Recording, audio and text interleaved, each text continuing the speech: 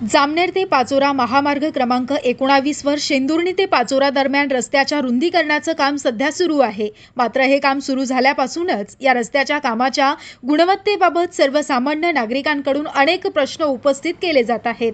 जामनेर तालुक्याच्या हद्दीमध्ये रस्त्याची रुंदी अधिक तर पाचोरा तालुक्याच्या हद्दीत तुलनेने कमी असल्याचं दिसून येत आहे। त्यामुळे संपूर्ण रस्त्याचं रुंदीकरण मंजूर आराखड्यानुसार आणि एकसमान तांत्रिक निकषानुसार होत आहे का असा प्रश्न नागरिक उपस्थित करत आहेत। याचबरोबर या मार्गावरील ब्रिटिशकालीन जुने पूल आता कालबाह्य झाले असल्याची चर्चा असताना त्याच पुलांवर काँक्रिटीकरण करण्यात येत असल्याने पुलांच्या सुरक्षिततेबाबत देखील संभ्रम निर्माण झाला। या पुलाचं स्ट्रक्चरल ऑडिट करण्यात आलं आहे का? भविष्यातील वाढता वाहतूक भार हे पूल सुरक्षितपणे सहन करू शकतील का? याची माहिती प्रशासनाने जनतेसमोर ठेवणं गरजेचं आहे। सर्वात महत्त्वाचा मुद्दा म्हणजे रस्त्याचं काम सुरू होऊन अद्याप 1 महिना पूर्ण झालेला नसतानाच काही ठिकाणी रस्त्यावर तडे गेलेले दिसत आहेत। काही ठिकाणी सिमेंटचा थर निघताना दिसत असल्याने कामाच्या दर्जाबाबत प्रश्नचिन्ह निर्माण झाले।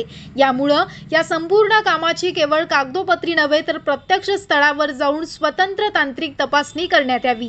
रस्त्याची रुंदी, काँक्रीटची जाडी, वापरण्यात आलेल्या साहित्याची गुणवत्ता, फुलांची मजबूती आणि कामासाठी वापरलेली तांत्रिक मानके याची तपासणी करण्यात यावी।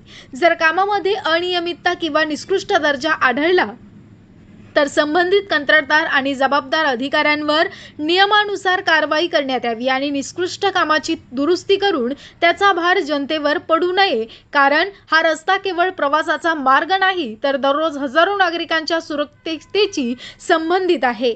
जनतेच्या पैशातून होणारे काम दर्जेदार, टिकाऊ आणि सुरक्षित असलंच पाहिजे। त्यामुळे महामार्ग क्रमांक 19 वरील शेंदुर्णी ते पाचोरा दरम्यानच्या रस्त्याच्या कामाची सखोल आणि निष्पक्ष चौकशी करून वस्तुस्थिती जनतेसमोर आणावी अशी मागणी आता नागरिकांकडून केली जात आहे।